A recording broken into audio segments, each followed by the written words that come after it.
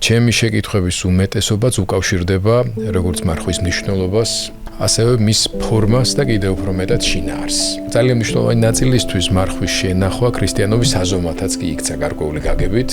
პავლე მოციქული ამბობს, რომ ვინც ჭამსო, არ ამჭამელსო ნუგანი კითხავსო. და ვინც არ ჭამსო, ჭამელს ნუგანი კითხავსო. თქვათ, რომ ვინც მარხვას არ იცავს, არათუ ვერ იცავს, არ იცავს. არ არის ქრისტიანი, მაგრამ რამდენად არის ქრისტიანი ის, ვინც მარხვას იცავს. საერთოდ ჭამა რაღაცის და არ ჭამა რამდენად არის ქრისტიანობის საზომი. ეს არის ადამიანების მიერ მოფიქრებული, ეს არ არის ქრისტეს მიერ დაწესებული.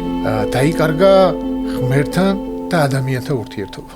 მარხვა არის ზუსტად შენ რომ მოიკლებ რაღაცას და სხვას გაჭირვებულს დაეხმარები. აი ქრისტეს განცხადების დაცვა არის მარხვა. მთელი ქრისტიანობა აგებულია დღეს აი ამ ფორმალიზმზე, მარხვის ფორმალიზმზე. ზარია შემოსაკრავი, რომ ეს არ შეიძლება ასეთი აზროვნება დაინერგოს. წმენა საქმის გარეშე მკვდარია და საქმეც რწმენის გარეშე მკვდარია. მოგესალმებით დროების YouTube არხის მაყურებლებს, მსმენელებს. მადლობა რომ ჩვენთან ერთად ხართ. მინდა შეგახსენოთ გადაცემის დასაწყისში თუ კი ვინმეს გამოგრჩა და ჯერ არ გამოგიწერიათ ეს არხი. გთხოვთ რომ გამოიწეროთ, მოიწონოთ, გაუზიაროთ თქვენს ახლობლებს და მეგობრებს. გამოგყევით და ბევრ საინტერესო შინაარსის გადაცემას მოგიმზადებთ. თქვენ უყურებთ მამა დოროთეს ამბიონს გადაცემათა ციკლს, რომელშიც არქიმანდრიტ დოროთე ყურაშვილთან ერთად ვსაუბრობთ ქრისტიანობაზე, მის არსზე, მართლმადიდებლობაზე. დღევანდელი გადაცემა დიდ მარხვის პერიოდში იწერება და ბევრ ადამიანს აინტერესებს უფრო მეტი ინფორმაცია თავად მარხვის მნიშვნელობის შესახებ. ჩემი შეკითხვების უმეტესობაც უკავშირდება როგორც მარხვის მნიშვნელობას, მის დაწესების ტრადიციას გარკვეულწილად, ასევე მის ფორმას და კიდევ უფრო მეტად შინაარსს.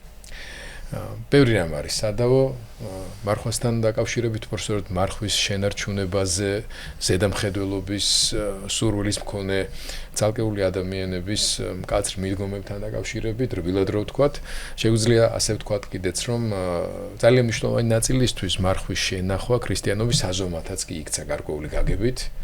რამდენად არის სწორი თავისთავად ასეთი მიდგომა. და ჩვენ წინა გადაცემა ზოგადად განკითხვას უკავშირდებოდა. და დღევანდელი ამოცანა ნამდვილად არ არის ჩვენი სურვილი, რომ ვინმე განვეკითხოთ თუნდაც ამ საქმეში, მაგრამ განმარტებები და უფრო მეტი ცოდნის და ინფორმაციის მიწოდება ქრისტიანული სწავლების, ცოდნის და ისტორიის თვალსაზრისით ძალიან მნიშვნელოვანია. დავიწყოთ, მამა დოროთე, ახსნათ საერთოდ მნიშვნელობა მარხვის, მისი დანიშნულება უპირველეს ყოვლისა და ფორმებზეც ვისაუბროთ. მოგესალმებით. მივესალმებით ჩვენს მაყურებელს. მადლობა მათ რომ ვიყურებენ, გვისმენენ და ჩვენც ვცდილობთ და ვეცდებით რომ მათთვის გასაგებ ენაზე ვისაუბროთ. აი რაც თქვენ ახსენეთ ახლა რომ წინა გადაცემა იყო განკითხვაზე. მარხვის დასაწყისში პავლე მოციქულის წერილი იკითხება. სადაც პავლე მოციქული ამბობს, რომ ვინც ჭამსო, არ ამჭამელსო ნუგანი კითხავსო. და ვინც არ ჭამსო, ჭამელს ნუგანი კითხავსო. აი ამით იწყება ზუსტად მარხვა, მაგრამ როცა გამოვიდა ისე რომ ეკლესიამ მჭამელი დაიწუნა თვითონ და არაქრისტიანად ჩათვალა. და ვინც არ ამჭამელი, ანუ მარხველი ჩათვალა ჭეშმარიტ ქრისტიანად, აი იქ უკვე ავტომატურად ერთმანეთის განკითხვაზე წავედით, რომ შენ თუ მარხვას არ იცავ, ესე იგი შენ არ ხარ ქრისტიანი. მაგრამ კი ბატონო, თქვათ რომ ვინც მარხვას არ იცავს, არათუ ვერ იცავს, არ იცავს. არ არის ქრისტიანი, მაგრამ რამდენად არის ქრისტიანი ის, ვინც მარხვას იცავს. რამდენად არის მარხვა ქრისტიანობის საზომი. საერთოდ ჭამა რაღაცის და არ ჭამა რამდენად არის ქრისტიანობის საზომი. მარხვა ცუდი არ არის, ძალიან კარგია, მაგრამ მაგას თავისი შინაარსი გააჩნია. მაგრამ ცუდია ის, რომ ჭამა არ ჭამა გახდა მარხვის ქრისტიანობის ფორმა. და დაიკარგა ღმერთთან და ადამიანთა ურთიერთობა. ამ მარხვაში ჩაიკარგა. და შეიძლება ადამიანი შეჭამოს გადატანითი მნიშვნელობით, რა თქმა უნდა და ქუჩაში ცემონ ახალგაზრდობა აზრავითი დაწამლონ და თქვან რომ ეკლესიას იცავენ და ეკლესიურები არიან და მარხველები არიან. ნუ ეს სრულიად მიუღებელი ფორმებია. ანუ ჩვენი მარხვა არის ზუსტად ადამიანთან როგორი დამოკიდებულება ხარ. კანტს აქვს ესეთი კარგი რაღაცა ნათქვამი, რომ ადამიანი არ უნდა იყოს, ადამიანი არ არის საშუალება, ადამიანი არის მიზანი. ეს ძალიან მნიშვნელოვანია, რომ ადამიანი როცა შენთვის საშუალებაა, შენი რაღაცა მიღწევებისთვის იყენებ ადამიანებს და როცა ის ამ მიღწევებში ხელს გიშლის, მაშინ ქუჩაში ცემ. ეს არ არის. მიზანი ნიშნავს იმას, რომ ადამიანისთვის უნდა იყოს შენც. ეს არის მარხვა, ყველაზე დიდი მარხვა. და ერთ კიდევ ისევ ფილოსოფოსებს რომ დავესესხოთ, ჯერ ფილოსოფოსებზე ვიტყვი, მე სახარებიდან ამბობს, რომ ადამიანი და მზრუნველობა არისო სინონიმი. ეს სახელები ადამიანი და მზრუნველობა. ეს ძალიან დამაფიქრა ამ სიტყვებმა, რომ ადამიანი და მზრუნველობა როგორ შეიძლება სინონიმი იყოს და ჩემს თავს რო დავაკვირდი, იცით ცხოვრებას აზრი ეკარგება თუ არ აკავს ადამიანი, ვინც გიყვარდა ვიზე ზრუნავ. აი თელი სამყარო შენზე ზრუნავდეს, შენ თუ არ აკავს ადამიანი, შენ ვიზეც იზრუნებ და ვინც გიყვარს, შენ ცხოვრებას აზრი ეკარგება. და აი მართლა ჩვენს მოხუცებს ჭირთ ხოლმე, როცა ფუნქციას კარგავენ, ზრუნველობის ფუნქციას კარგავენ ოჯახში. იმიტომ რომ მათი საზრუნავი, ნუ რა ვიცი, არ შეუძლია ჯერ ერთი და აი მაშინ ცუდად ხდებიან. იმიტომ რომ შეჩვეულია ადამიანობას, ანუ მზრუნველობას მეორე ადამიანს და მარხვა არის ზუსტად შენ რომ მოიკლებ რაღაცას და სხვას გაჭირვებულს დაეხმარები. მარხვა არ არის მარხვაში დუბაიში დაბადების გადახდა. ეს არ არის მარხვა. ესეთი ხალხი არის ვერ იცავს ეკლესიას, ვერ იცავს მარხვას, ვერ იცავს ეს შეუძლებელია მარხვა ჩაითვალოს და ამიტომ მთელი ქრისტიანობა აგებულია დღეს აი ამ ფორმალიზმზე, მარხვის ფორმალიზმზე. არადა სინამდვილეში ეს არის ადამიანების მიერ მოფიქრებული, ეს არ არის ქრისტეს მიერ დაწესებული. თუნდაც ეს მარხვებიც არ არის ქრისტეს მიერ და ეკლესიის მიერ არის, მაგრამ ეკლესიაში ეს ადამიანებმა უმატეს და უმატეს. ნუ იმპერიაში ხდებოდა ეგეთი რაღაცა და ცალკეული სასულიერო პირები ქადაგების დროს ხშირად ამ დროს ახსენებენ სამოთხეში ადამიანისთვის აკრძალული ხილის მირთმევას და რომ ეს იყო პირველი, ანუ რომ ღმერთმა დაუწესა მარხვის სახით ზუსტად ეს აკრძალვა და პირველი მარხვის დარღვევა რომ ეს იყო და ამით დავკარგეთ სამოთხე. ანუ თუ თქვენ რასაც ამბობთ, თუ ადამიანების მიერ არის შემდგომში გარკვეული სტრუქტურა მარხვის შემოღებული, რამდენად შეესაბამება ეს ცალკეული სასულიერო პირების გადაგებების შინაარს? არ შეესაბამება, რა თქმა უნდა, დღევანდელი მარხვის ფორმა და ის, რაც სამოთხეში იყო რაღაცის არჭამა, სრულებით არ ეთავსება ერთმანეთს. იმის არჭამა, დღევანდელი გაგებით ხორცის არჭამა, იმიტომ კი არ არის აკრძალული, რომ ხორცი ცუდია. სხვადასხვა ჯულის კანონში წერია, ვინც იტყვის, რომ ხორცი ცუდია და იმიტომ არ ჭამს. არ შეიძლება ხორცი ჭამა და იმიტომ არ ჭამს, განიკვეთოსო. მაგრამ ვინც ხორცს არ ჭამს მოღვაწეობის მიზნით, ეგ დასაშვებიაო. ამიტომ იმისი ჭამა, ანუ იმისი დაჯერება არასოდეს არ შეიძლებოდა, ის მარხვა კი არ იყო. ანუ ეხლა დღეს როგორ არის 40 დღე არ შეიძლება ხორცი ჭამა და მე შეიძლება ხო და როგორ შეიძლება იმ ხილ შეადარო ეს და იმ მარხვა შეადარო და მეორე კიდე 64 მარხვა კი არა 64 იყო ყველაფერი მათთვის იყო და როგორც ზოგიერთი სასულიერო პირი ამბობს რომ თითქოს ერთმა მარხვა დაუწესა ეს ჭამა არ ჭამა ეს არის სრულიად რელიგიის არცოდნა უცოდინრობა ეს უცოდინრობა ჩვენს ეკლესიაში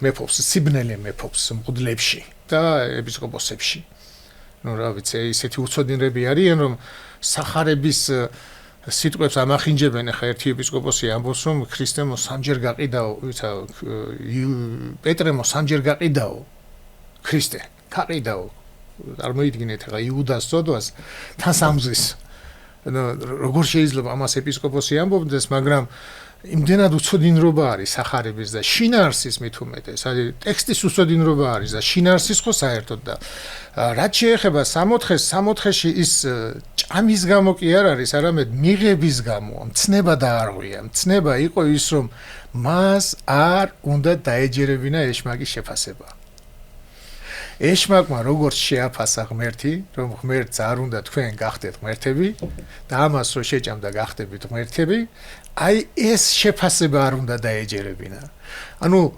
მარხვა არის ესე ძალიან საინტერესოა რომ მარხვა არის მცნების დაცვა მცნების პირველ რიგში მცნება რა არის რაც ქრისტემ განგვიცხადა აი ქრისტეს განცხადების დაცვა არის მარხვა ფიქრებში ცნობიერებაში სურვილებში აი რაც შენ გსურს აი იმაში უნდა აკონტროლებდე რამდენად სწორია შენი ფიქრები ესეთი საინტერესო ის არის რომ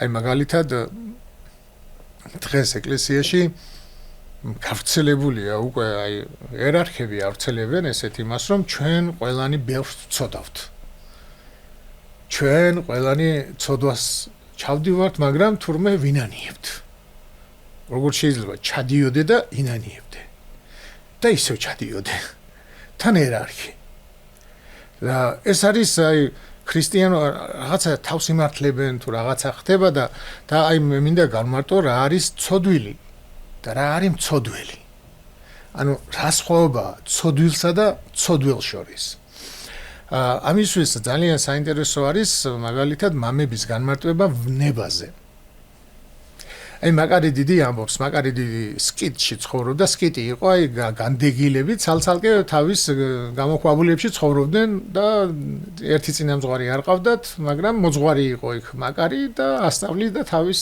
იქ ვინც მოდიოდა მასთან და ესეთ რაღაცას ეუბნება აი საკუთარ თავში რო ნახოთო რომ ვნება არ გაგაჩნიათო საერთოდ არ დაიჯეროთო არ დაიჯეროთო რომ ნება არ გაგაჩნიათო იმიტომ რომ ის იმალებაო თქვენი მოღვაწეობიდან გამომდინარე მაგრამ ისე დროს ამოყობსო თავს თუ დაიჯერებთო რომ დაგანგრევთო ამიტომ ეს სანამ ამ ქვეყნიდან არ გახვალთო და თქვენ სულს არ შეხედავთო თქვენ ხორცს მანამდე არ დაიჯეროთო რომ თქვენ ნება არ გაგაჩნიათო სანამ ადამიანი ხარ ეს არ დაიჯერო და როგორი რამე არის რომ აი ვნება ყველა ადამიანშია ამას ნიშნავს ცოდვილები ვართ მარტო ვნება არა ბევრი რაღაცა ამ ქვეყნის სურვილებია აი პავლე მოციქული ამბობს რომ მე სოფლისთვის ჯვარცმული ვარ და სოფელი ჩემთვის აი ეს არის მარღვის უმაღლესი ზომა ჯვარცმული ვარ მე კითხვას უსვამენ მოციქულებსო ქონდა თუ ვნებაო კიო მაგრამ ეს ისეთი იყო როგორც აი დიდ ქვის ალაყავს კენჭები რო ესროლო პატარა ქვებიო აი ესე იყო მათში ვნება დათრგუნული და აქედან გამომდინარე როცა ვამბობთ რომ ყველა კაცი ცოდვილია დიახ ყველა კაცი ცოდვილია მოციქულებიც ყველა ცოდვილია ანუ მასში არის ის ცოდვა მაგრამ ცოდველი ნიშნავს ამ ცოდვას გასახანს რო აძლევ და არ შეიძლება მოდელმთავარი ამბობდეს რომ ჩვენ ყველანი ვცოდავთ რას ქვია ცოდავთ პავლე მოციქული ამბობს რომ ჩვენ რომლებიც მოუკვდით ცოდვას ეს ძალიან საინტერესოა მოუკვდით ცოდვას ესე იგი ცოდვა რაღაცა ხორჩესმული რაღაცა რო იყოს პერსონიფიცირება ქვია ამას რა თეების იმის და ცოდვის პერსონიფიცირებას აკეთებს რომ როგორც პერსონა მოუკვდით ცოდვას ესე იგი ეს ახლა როგორ შეიძლება თარგმნოთ გასაგებენაზე ჩვენ რომლებიც გავცოცხლით ქრისტესთვის მოუკვდით ეშმაკისთვის ბოროტისთვის ანუ თუ ის ბატოობდა ჩვენზე ჩვენ მას მოუკვდით ცოდვას მოუკვდით იმის მკვდარი ვართ ეს იმას ნიშნავს რომ მდელმსახური ცოდვას არ უნდა ჩადიოდეს ხდება მე არ ვიტყვი რომ რატო დაემართა ემართება ადამიანია ემართება მაგრამ მას გამართლება არ შეიძლება კონდეს როგორც კი ცოდვას გაამართლებ იმ შემთხვევაში უფრო მეტად ცოდვილი ხარ და როგორც კი ძალიან საინტერესო არის ბალამი იყო ეს სხვათა შორის ძველ ქართულად არ წერია და მამები ამ თემას არ არიან შეხებული იმიტომ რომ ბერძნულში არ წერია ახალ ებრაულად თარგმნილ ბიბლიაში წერია ბალამიო იყო კაციო ბალამი იყო ის ვინც მეფემ დაიქირავა ებრაელები რო დაეწყევლა და ვერ დაწყევლა ღმერთმა არ მიცა მის შესაძლებლობა და ხედავდა რა ღმერთი ეწინააღმდეგებოდა მოგვიიყო და მე ვირმა უთხრა ანუ ვირზე უფრო ზემოქმედება მოახდინა იმას ჩემთან რა გინდაო ანგელოზი არ უშვებდა ვირს ვიდრე ბალამს ესეთი იყო ესე იგი ვერ ახდენდა ზემოქმედებას ვირზე მოახდინა ანგელოზმა და ვირთან უფრო დაამყარა კონტაქტი ვიდრე ბალამთან და ამ ბალამზე წერია რომ მე არ დაწყევლა უთხრა მეფეს რომ ღმერთი არ მაძლევს უფლებას ესეთი საინტერესო რაღაცა წერია ბალამი იყო კაციო რომელიც ეცემოდაო არა თვალები ღიარჩებოდაო როგორი საინტერესო ხო აი როგორი საინტერესო ნათქვამია რომ რო დაეცემი ანუ ცოდვაში რო ჩავარდები გონება ღია უნდა თვალახელილი უნდა დარჩეს გონებით არ უნდა ჩათვალო რო დგეხარ პირიქით გონებით უნდა ხედავდე რომ დაეცი და უნდა ადგე ამას ნიშნავს რომ მართალი 7 გზის დაეცეს 7 გზის აღსდგება აი ეს 7 გზის ებრაულში ბევრგან წერია 7 გზის დღესაშინა გაქებდე შენ და ეს არ შეიძლება ჩავთვალოთ რომ 7 ჯერ არა 7 გზის აი ჩვენთან ქართულში არის ესეთი მთავარი და სიმრავლის აღნიშნელი სიტყვა წარმართებში და ასევე წარმართობიდან მოდის ჩვენთანაც ქართულში არის 9 თვალა მზე 9 არის ანუ 9 თვალა არ ნიშნავს რომ დათვლით 9 თვალი აქვს არამედ მრავალ თვალად მზეს ნიშნავს ანუ მართალიო მრავალ გზის რო დაეცესო მრავალ გზისვე აღსდგებაო რატო იმიტომ რომ გონება არ ეცემა გონება არ უნდა დაეცეს გონებამ არ უნდა ჩათვალოს ის ნუ ცოდვაა და მერე რა შეიძლება თქვას რომ არ არის ცოდვა და აქედან გამომდინარე როგორც კი ცოდვას სიკეთე ჩათვლიან აი იქ ადამიანი ხუჭავს თვალს ანუ ხუჭავს გონებას საერთოდ და ძალიან საინტერესო ეგეთი ნათქვამი არის რომ აი დიდი მწერლები ჰქონდათ რაღაცა გადახრები მაგრამ არ აღიარებდნენ იმას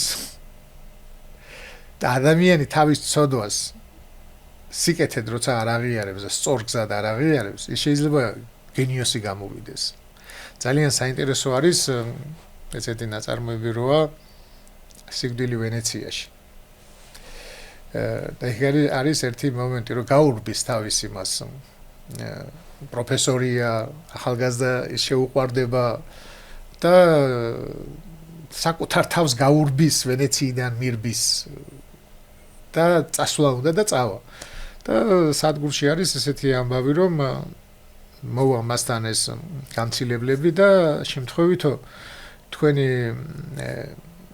ეს ბაგაჟი თუ რა ქვია ეს ერთი ბარგი შემთხვევითო გავატანეთო სხვა მატარებელსო და ერთ თვეშიო თქვენთან მოვაო ზუსტად თქვენ გაემგზავრეთ, არ გაჩერდეთო, შეგიძლიათო გაემგზავრეთო, მაგრამ იმ მისამართზე მოვაო აუცილებლად, რომ ამის პასუხისმგებლობას იღებსო უფროსობად. და იქ კარგად არის ნაჩვენები გაეღიმება. აქედან ფეხს არ მოიცლიო და დაბრუნდება უკან. და ეს არის მიზეზებად მიზეზსაცოდვისათა. ანუ ის რომ რახან საკუთარ თავს გაურბოდა, მაგრამ მოხდა ესეთი მომენტი, ანუ უკან დაბრუნების საშუალება მიცა თავის თავს. საბაბი იყო. ამიტომ აი ეს ძალიან საინტერესო ის არის, რომ არ შეიძლება თვალის დახუჭვა. არ შეიძლება თვალის დახუჭვა შეცდომაზე და არც იმის თქმა შეიძლება, რომ მღვდელმსახური მუდმივად ცოდავს. ეს ძალიან ცუდი ტენდენციაა ჩვენს ეკლესიაში, მერე რა. და ამიტომ წარმოიდგინეთ, რომ ახლა მღვდელმსახურმა მე ხო არქიმანდრიტი ვარ და მეც ჯვარი ამხსნეს იმის გამო, რომ რაღაც სიმართლე თქვი და ხალხს დაუდექი. და ვიღა ერთს ჯვარი ახსნეს იმის გამო, რომ შეავიწრობა არასრულწლოვანი გოგონები. ცოტა ხნი ჯვარი ახსნეს და მე ხო არ გავაპაროდებ, ჯვარი დაუბრუნეს, ღლობა დაუბრუნეს. და ესე იგი მასთან ისე უნდა მივიდეს ხალხი. ნუ მე რა ადამიანია ცოტა. ანუ ასეთი რაღაცების გასამართლებლად ამბობენ ამას მღვდელმთავრები. გესმით და ეს არის ძალიან ცუდი ჩვენს ეკლესიაში. აი ზარია შემოსაკრავი, რომ ეს არ შეიძლება ასეთი აზროვნება დაინერგოს. მე არ ვიტყვი რომ ჩვენ ადამიანები ვარ და არ მოგვივა არავის არაფერი მაგას არ ვიტყვი და არ უნდა მოგდიოდეს მაგასაც არ ვიტყვი რა თქმა უნდა ჩვენ უნდა ვცდილობდეთ არ მოგვივიდეს მაგრამ რაღაცა შენდობები შეიძლება მაგრამ ის რაც მღვდლისთვის შენდობა არ შეიძლება და მისი მღვდლობა არ შეიძლება იქ არ შეიძლება მღვდლობის დაბრუნება და წარმოიდგინეთ ახლა რომ იმის გამო რომ რაღაცა ეწყინათ მე გლობალ შემიძლია იმათ ეწყინათ რაღაცა და ისეთი ადამიანები რომლისთვისაც გლობის დაბრუნება არ შეიძლება ძალიან საინტერესო არის სერბეთის პატრიარქი იყო პავლე ძალიან მაგარი პატრიარქი იყო ძალიან მაგარი კაცი იყო ავტობუსით დადიოდა საჯარო ის იყო რა ადამიანი რომელიც ბაზარში თვითონ დადიოდა პატრიარქი იყო სერბეთის მაგრამ საკ ნათქვამი მღვდელმა ჩაიდინა ისეთი რაღაცა რის გამოც მღვდლობა უნდა აეხსნა და მოაშორა, ანუ განაყენა მღვდლობიდან, განკვეთა. და ესეთი რაღაცა უთხრა. აი, რო განკვეთავენ, ახლა მე განკვეთილი არ ვარ, მე შეჩერებული ვარ, რო განკვეთავენ მის დაბრუნება არ შეიძლება. შენო აწიო არასოდეს არ გახდებიო მღვდელი. მაგრამ შენ შეგიძლია გახდებო წმინდანი. ანუ მღვდლობა სხვა მსახურებაა. აი ძალიან ხშირად გონიათ ახლა მე ცოტა სხვაგან გადავედი, მაგრამ ეს საინტერესო თემაა, აი ბერობა, ბერი თუ არის, ესე იგი ის არის წმინდა. მე მონასტრების წინამძღვარი ვიყავი. ხო და აი ბერად ნებისმიერი ცოდით დაცემული ადამიანის აღკვეცა შეიძლება. იმიტომ რომ ეს სიკვდილს ნიშნავს, სოფლიდან წასვლას ნიშნავს. ახლა რამდენად აკეთებენ მე ხო სხვა საკითხია, მაგრამ ის სიკვდილის უფლება და ამ სოფლიდან გასვლის უფლება ყველას უნდა მიცე. სინანულის ყველაზე დიდი სინანულია ბერობა. ესე წერია ჯულის კანონში ბერობა არისო სინანულის ძეგლის წერა.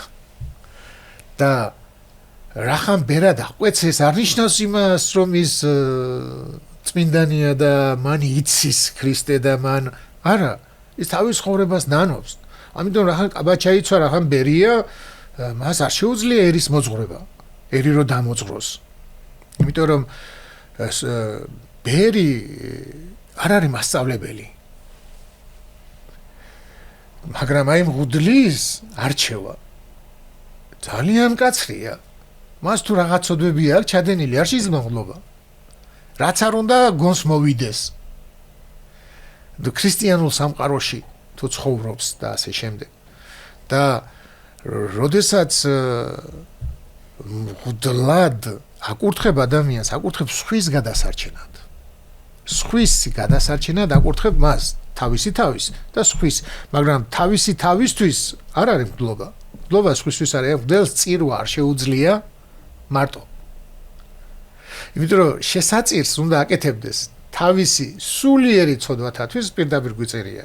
სულიერთა ჩვენთა ცოდვათათვის და ერისა უმეცრებისათვის აი ეს ძღვენს რომ დააბრძანებს ტრაპეზზე ესე ამბობს მღვდელი ამას შევწირავ შენ და სულიერთა ჩვენ და ცოდვათათვის და სულიერი ცოდვა რა არის გითხარით ხო აი ყველას აქვს ცოდვა ყველა არის ნებული და სხვათა შორის აი ნება ორივეს ნიშნავს ტაჯვასაც ნიშნავს და ნებასაც ნიშნავს ეს ყველა ენაში ბერძნულში ესეა რუსულში ესეა ქართულში ესეა რომ ორივეს ნიშნავს იმიტომ რომ ნებულობა ადამიანის სხეული არის და სული არის დაცემული და სხვათა შორის აი სხეულს მე თქვი ადრე გადაცემაში და იქ მეკითხებოდნენ ამაზე და სხე ცოდვა ჩვენ კი ვამბობთ ხორციელ ცოდვას მაგრამ ეს არ არის ხორციელი ცოდვა ხორცით ჩავდივარ თორე ხორცი კი ხორცისგან არ მოდის ხორცს აქვს ბუნება და სულს აქვს ნებელობა ამიტომ თუ ჩვენ ვიტყვით რომ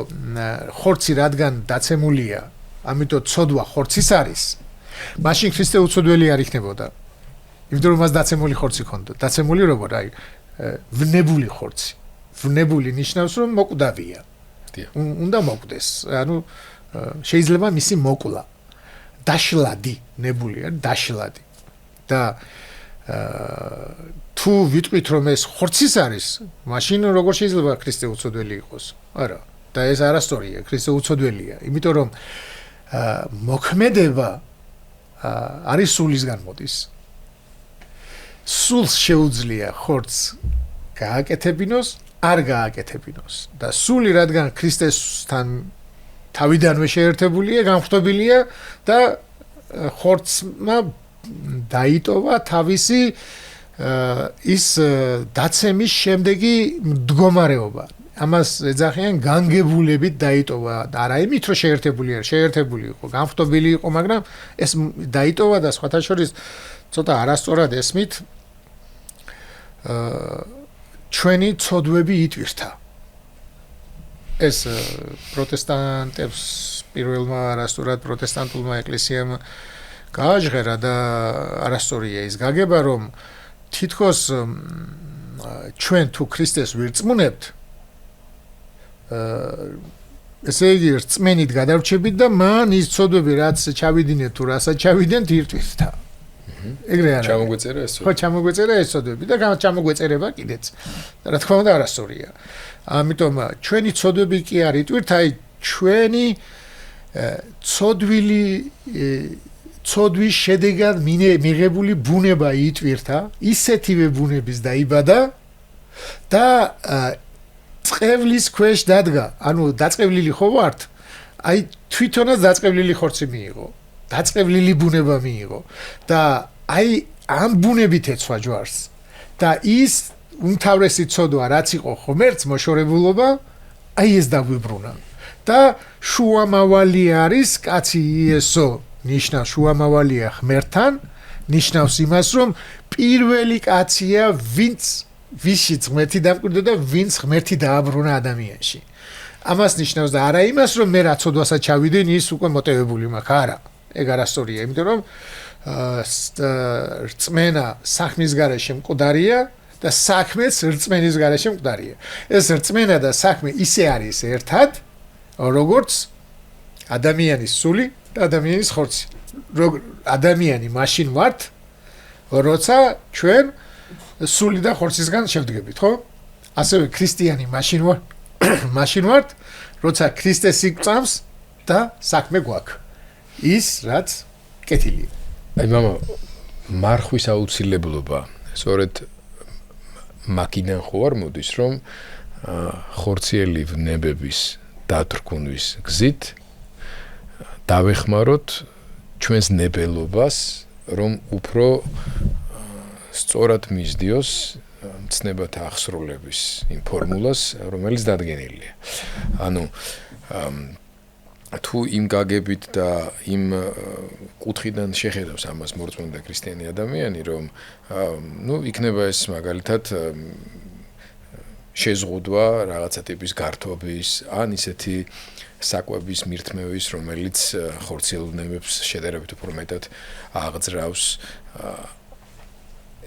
ამ ყველაფრის შეზღუდვა ეს ხო არ არის ამის მიზეზი მთავარი ოღონდ ერთს გავიხსენებ შეიძლება ჩვენი მაყურებლისთვისაც საინტერესო იყოს. საკმაოდ დიდი ხნის წინ სტუმრები მყავდა შვედეთიდან. და ორი საშუალო ასაკის ადამიანი იყო, დაემთხვა დიდი მარხვის პერიოდს. ქართულად უმასპინძლეთ, ცხადია ქართული სუფრისთვის არაფერი დაგვიკლია, მაგრამ მე და ჩემი თანხლები პირი იმის გამო რომ დიდ მარხვის პერიოდი იყო, ამ სუფრაზე მოტანილი კერძების ნაწილს არ მივირთმევდით და მკითხეს შემეკითხან ისინი, რომ თქვენო რატო არ მივირთმევთ? მე ვთქვი, ასე მართლმადიდებლური ტრადიციის მიხედვით, ეხლა დიდი მარხვის პერიოდია და ამიტომ თავს ვიკავებ. ჩვენც მარხულობთ მითხრეს, მაგრამ ეს ყველაფერი მიირთეს და ну კითხვა გამიჩნდა ეხლა მეც შესაპირისპირებლად კაც თუ მარხულობთ, მაშინ რადგანაც მიირთვე ხორცს და შემდეგ. ასეთ რაღაცა მითხრეს, რომ მე მოძღვართან საუბრის დროს ყოველ მარხვის დაწყების წინ საუბრობთო და ყველაზე მეტათო რისი დადგომაც მიჭირსო, ჩემშიო, რაც პრობლემებს მიქმნის ჩემს სულიერ ცხოვრებაშიო. იმ კონკრეტული მარხვისთვის დახვდები და ახმას თქვენ რომ ვეცდები რომ ეს არ გავაკეთო, ან იმ დოზით არ გავაკეთო. კაი მე ვთხარი, მაგრამ ახლა რა არის ეგეთი მეთქი რა და ინტერნეტის სარგებლობის სიხშირეა მეთქი. ну შეიძლება ხა ეს ცოტა ეგზოტიკურად ჟღერდეს ჩვენი სინამდვილისთვის, მაგრამ თავისთავად საინტერესო არის ეს მიდგომაც. თუმცა არსებობს გარკვეული ტრადიცია, არსებობს თქვენ ბრძანეთ რომ მოგვიანებით, შედარებით მოგვიანებით ჩამოყალიბდა რაღაც გარკვეული სტრუქტურის ზირდა და ასე შემდეგ და ესეც საინტერესოა რომ იცოდეს საზოგადოებამ მით უმეტეს იმის გათვალისწინებით რომ მართლმადიდებლურ ეკლესიაში მარხვების დღეთა ხანგრძლივობის და სიმკაცრის მიხედვით ქრისტიან კონფესიებს შორის ყველაზე უფრო დატვირთული დღეები გვაქვს რაოდენობრივათაც და შინაარსითაც. მეც გავიხსენებ ერთ ამბავს და მე ვიტყვი მე და ერთი ორწმუნეები რო ვიყავით, იმის ძმა მოვიდა ერთად ვიყავით მოკლედ და იმის ძმა მოვიდა სუფრიდან თამადაყოფილა და გალეშილი მთრალია, მაგრამ ჩვენი პატივისცემად ქონდა მარხვა დაწყებული. და ესე თქვა რომ ისა დღესო ერთი ლუკმა არ მიჭამია არასამარხო, მაგრამ გალეშილი მთრალი იყო, ხელით ავიტანეთ. ხო და ეს არსებობს ეს არასწორი მიდგომა არის მარხვის სადმი არასწორი მიდგომაა და აი ზუსტად თქვით თქვენ დასაწყისში რომ ხორცის საერთოდ ცოდვათა შორის ცოდვა არსებობს მოთხოვნილებები. ამ მოთხოვნილებათა შორის პირველ ადგილას დგას ჭამა. შემდეგ დგას კაცისა და ქალის მოთხოვნილებები. და შემდეგ უკვე კომფორტი და ესე ალაგებენ. და ერში ადამიანის ცხოვრებას ზუსტად აი ადრე მარხვა როგორ იყო რომ ეხლა მუსულმანებს აქვთ ესე მზის ჩასვლამდე რო არ ჭამდნენ. აი ეს მზის ჩასვლამდე არ ჭამა ნიშნავს იმას რომ როცა სხეულშია აში მშილებდნენ, როცა სხეულშია სხვა რაღაცას არ თხოვს. მოთხოვნილება აქვს მარტო ჭამის, სხვა არ ახსოვს. ამიტომ მარხვის უმთავრესი ფორმა არის რომ სხეული არ დააზიანოთ, არ გაანებივრო. აი ეს შუალედი რო აიღო, არც დააზიანო, არც გაანებივრო. ზომიერების პრინციპი არის. ეხლა მე თქვი თავიდან რომ ეს ადამიანების მოფიქრებულია, ადრე არ იყო ეს 40-დღიანი მარხვა, არშობის მარხვა იყო არც ისა. იყო ერთკვირიანი მარხვები, იყო ერთდღიანი მარხვები. აი აღდგომის წინ და ყველაზე გავრცელებული იყო ერთკვირიანი. და 40 დღეს ამარხულებდნენ ახალ მოქცეულებს. ნეოფიტებს. ხო, ახალ მოქცეულებს და თვითონ ქრისტიანები ვინც უკვე ქრისტიანი იყო, ის აი ბოლო კვირას მარხულობდნენ. ამიტომ ამას წმინდა 44 ეძახიან და სინამდვილეში 48 დღეა. 40 ანუ ის 40 იყო სხვისთვის. რომ აი ახალი მოქცეული და ჭამაზე კი არ ეფიქრა და რამე ღმერთის შეცნობაზე. ახალ მოქცეულებს აი მოსანათლად, საერთოდ ესე არ იყო ახლა დღეს მიხვალ ეკლესიაში და ყველგან მოგნათლავენ და ყველა მოგინათლავენ შვილს, ესე არ იყო. მონათლა ყოველთვის არ იყო მიღებული, თუ ადამიანი არ ყვდებოდა, იმას ამზადებდნენ და განსაკუთრებით ამზადებდნენ აღლუმის მარხვაში. აი უწესებდნენ მარხვას მოსანათლად და შემეცნებას ქრისტეს შემეცნებაზე ეზრუნა და არა ჭამას მასე. და შემდეგ ყველა ქრისტიანს დაავალეს ეს. და აი ძალიან საინტერესოა მათეს სახარებაში და მარკოზის სახარებაში წერია აი როდესაც მაცხოვარი ჩამოვა თიდან ფერისვალების ფერი რო იცვალა მაცხოვარმა რო ჩამოვიდა იქ ზემოთ ყავდა სამი მოციქული პეტრე, იაკობი, იოანე და ქვემოთ მოციქულები რო იყვნენ იმასთან ერთ მამას მიუყვანია თავისი შვილი ეშმაკეული და ვერ განკურნეს და მერე მაცხოვარი განკურნავს მოკლედ რო ვთქვა განდევნის ამას და რო განმარტოვდნენ მაცხოვარს ეკითხებიან ჩვენ რატომ ვერ გამდევნეთო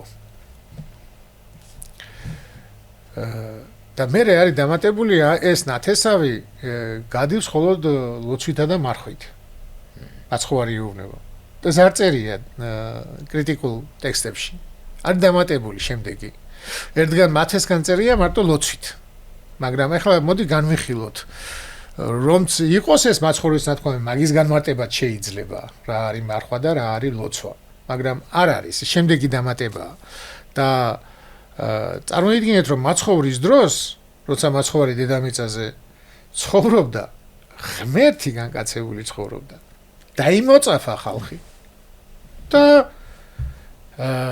არც ერთ მოციქულს არ უმარხულია აი ფარისეველი რომელიც ეუბნება რომ მე კვირაში ორჯერ მარხულობ ტაძარში რო შევიდა და რატო ჭამსო ერთად ბრალდება ხო რატო ჭამენო შენი მოციქულებიო რატო არ მარხულობენო ჩვენო იოანეს და მოწაფეები და ფარისევლები მარხულობდნენ და ესენი არ მარხულობდნენ და ქრისტე ეუბნება რომ როცა სიძე წაერთმევათო მე იმარხულებენო და იქაც არ ნიშნავს იმას რომ მე ხორცი ჭამას მიატოვებენ და ლობიოში ჭამენ ესეც არ გაუკეთებიათ მოციქულებს მე იმარხულებენ ესე სხვას ნიშნავს ანუ მარხვა რას ნიშნავს თლიანობაში რომ პავლე მოციქულის სიტყვები რაც მე ვთქვი რომ სოფელი ჩემთვის ჯვარცმულია და მე სოფლისთვის ეს არის მარხვა ეხლა მოციქულებისთვის არა მარხვა რა იყო ხორცი ჭამა და ის კი არა მარხვა იყო ის რომ ისინი მოელოდნენ მაცხოვრის ამ ქვეყნიურ მეფობას შეუძლებელია მარხველი იყო როცა ამ ქვეყნიური მეფობისთვის გინდა ქრისტე და ქრისტიანობა ანუ შენ როცა ელი რომ ახლა ქრისტეს იუდა იმიტომ მიყვებოდა რომ რაღაც ფინანსთა მინისტრი გამხდარიყო პეტრე რაღაცა გახდებოდა კიდე და ასე ანუ ქრისტე იმეფებდა და თვითონ ქრისტესთან ერთად იმეფებდნენ ეს ეგონათ ასე ფიქრობდნენ ეს იყო მათთვის აღდგომილსაც ეუბნებიან როდის აღუდგენო უფალო იმასო სამეფოსო ისრაელს და თქვენი საქმე არ არისო ჟამთა და წელთა ცოდნაო მაცხოვარი საყოდურს ეუბნება გაანებეთ ამას თავი და არა და ეს არის ამ აღლებამდე და 10 დღეში აღუდგინა ისრაელს სამეფო და ანუ პირველი სული წმინდა მეფე ღმერთი გადმოვიდა ისრაელიანებზე გადმოვიდა პეტრეზე გადმოვიდა იოანეზე გადმოვიდა სხვა მოციქულზე შემდეგ პავლეზე და იმ ხალხზე ვინც ინათლებოდა პირველი ეს იყო ამა ეს იყო აღდგენა მაგრამ არასწორად ესმოდათ და როდესაც ჩვენ ვიტყვით რომ რა არის მარხვა არის ამ სოფლისგან თავის დაცვა ამ სოფლის სურვილებისგან თავის დაცვა ამ სოფლის დიდებებისგან თავის დაცვა და ძალიან საინტერესო არის სხვებზე ზრუნვა რაც თავში თქვით თავისთავად სხვებზე ზრუნვა და აი ძალიან საინტერესოა რას ასწავლიან მოციქულები როგორ მარხვას ასწავლიან წარმართებს ხო იმათ მასწავლეს ყველაფერი და აი მოციქულების დროს რა იყო მარხვა რა გავაკეთოთ ეკითხებიან და პეტრემ და სხვა მოციქულებმა ასე შეუთვალეს ეკრძალეთ ნაკერპავსა და სისხლს დამხრჩალსა და სიძვას თუ ამადგან მოიზღუდათ თავს კარგს იზამთ იცოცხლეთ აი და ნაკე ახლა ეს სულიერი გაგებაც როგორ არის ნაკერპავი აი ნუ კერპთაყვანიცემობისგან თავი უნდა შეიკავო არა იმიტომ რომ ნაკერპავი არსებობს ნაკერპავი ყველაფერი ღვთის არის ის ნაკერპავი მაგრამ კერპს არ უნდაცე თაყვანი და აქიდან გამომდინარე იმისგან თავს იკავე რომ სხვა არ დავყოლდეს თორე სინამდვილეში ყველაფერი ღვთისა სისხლს მოერიდეთ ნუ ეს პირდაპირ გაგებით სისხლს არ ჭამდნენ ქრისტიანები და პირდაპირ შეიძლება გავიგოთ მაგრამ მეორე გაგებით სისხლის მორიდება ნიშნავს სისხლის სმელი არ უნდა იყო, მკვლელი არ უნდა იყო. სისხლს მოერიდეთ, სისხლის ღრას მოერიდეთ. ეს არ გააკეთოთ. ამისგან თავი დაიცავით, სხვის იმკვლელობისგან, სხვის ადამიანის ისა წარმართული სამყარო იყო და ეს არის არაძალადობა. აი რომ ვაწერთ ხოლმე ლოზუნგებზე არაძალადობას. აი ესეთი არა სისხლის ღრას და სიძვა და დამრჩალი. დამრჩალი ესეც ერთ-ერთი ისრა ებრაელების ფორმა იყო, დამრჩალს არ ჭამდნენ და არც იყო სასარგებლო ცხოველი, რომელიც დაიხრჩებოდა, სისხლის შიგნით რჩებოდა, იჟღენთებოდა და მერე იქიდან სისხლს ვერ აწლით. ეს იყო მარხვა. აი ეს დააწესა. მაგრამ ის რომ ეხლა ზოგიერთები ამბობენ რომ ვინც მარხვას დაარღვევს ის სამოთხიდან გამოდევნის თავის თავს ეს არის აი სრული აი რა ვიცი აი უცოდინრობა რა უნდა დაარქვა ამას მეტი იმიტომ რომ მარხვა როგორი რაღაცა შაბათი კაცისთვის და არა კაცი შაბათისთვის მაცხოვარმა რო თქვა ეს მარხვა შენთვის არის და არა იმისთვის რომ შენ მარხვას ემსახურო აი ძალიან შენ უნდა წარგადგეს ქრისტიანობაში და ამის განსაზღვრაში აი კონკრეტულად შენი შესაძლებლობების შენი ქრისტიანობაში განვითარებისა და სულიერი წინსვლის იმ ეტაპის ფაზის გათვალისწინებით ვინ გეხმარება ან მოძღვარი გეხმარება და ერთად იღებ გადაწყვეტილებას თუ აი ესეთი საყოველთაო სამარხო მენიუ ასე თქვა უხეშად რო თქვა და არ ჭამთ ამას ასე ვშვებით ლოცულობთ ამას და იმოცვას და ასე შემდეგ დღეს არის მარხვა და ესეთი კაცრი მიდგომა მღვდლებისგან და მთავრებისგან არის ეკლესიის კონტროლ პაკეტი ადამიანებზე კონტროლ პაკეტის დაწესება. ახლა წარმოიდგინეთ ჩემს მღვდლობიდან გაჩერებაში მღვდელმა აიღო 300,000. მაგრამ დღეს ის მღვდელი მარხულობს. ახლა მაგისთვის მარხვა რა იქნებოდა ხორცის არ ჭამა თუ იმ 300,000-ზე უარის თქმა. კებრ სახურებაზე უარის თქმა. მთავრობის სახურებაზე უარის თქმა და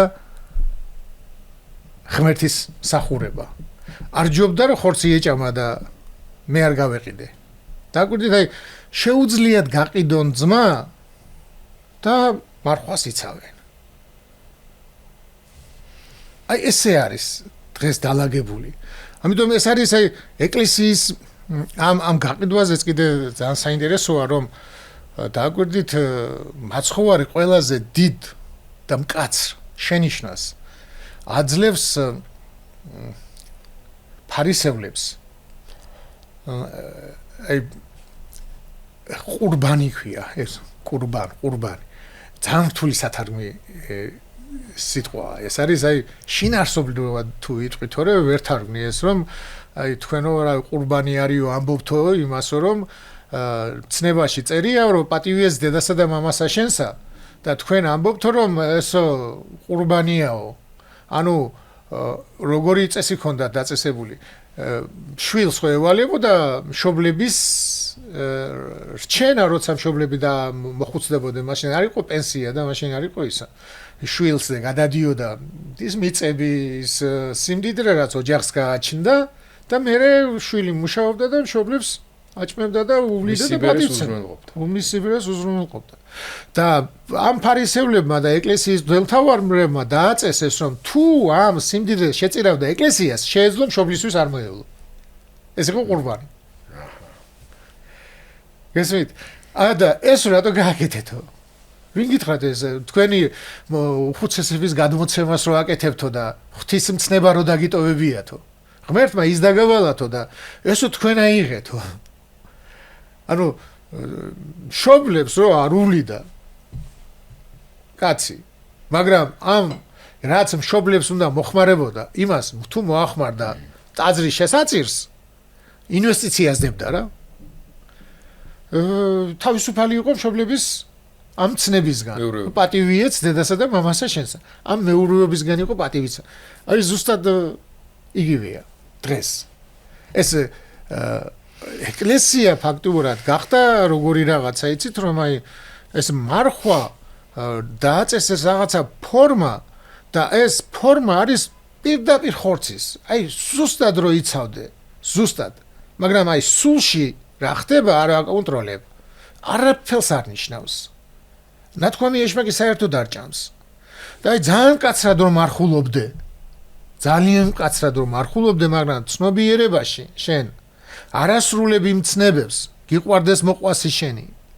მოექეცი სხვას ისე როგორც გინდა მოგექცნენ შენ. კეისარს მიეცი კეისრისა და ღმერთს ღვთისა. ღვთის დიდება თავრობას არ უნდა მიცე. ღმერთი უნდა ადიდო, სიმართლე უნდა ადიდო, ჭეშმარიტება უნდა ადიდო. და როცა ჭეშმარიტება ირღვევა, სიმართლე ირღვევა, ხალხი იწირება, შენი ერი იწირება და იქ რო დადუმდები, შეუძლებელია რომ ის მარხვა რამედ ჩაგეთვალოს. ეგ შეუძლებელი მოვლენაა. ამიტომ მე არ ვამბობ რომ არ უნდა ვიმარხულოთ, მაგრამ მარხვას უნდა მივალჩეთ ყველაზე ნაკლები მნიშვნელობა. და ყველაზე კარგი მარხვა მე რას ვეუბნები, რომ ყველაზე კარგი მარხვა არის რომ რაც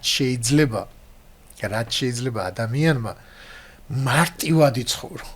მარხვაში უფრო ზურიჯდება ცხოვრება. არის მარხვებისა და თევზი შეიძლება. თევზი, კარგი ნორმალური თევზი რო იყო და სადღაც მინიმუმ 40 ლარი ღირს. ბაზარზე უფრო ძვირი ღირს. ხო, ვიდრე ხორცი. და ის 1 კილო თევზით არაფერი არ არის და 1 კილო ხორცისგან ისეთ საჭმელს გააკეთებ. სხვის პროდუქტებზე არის.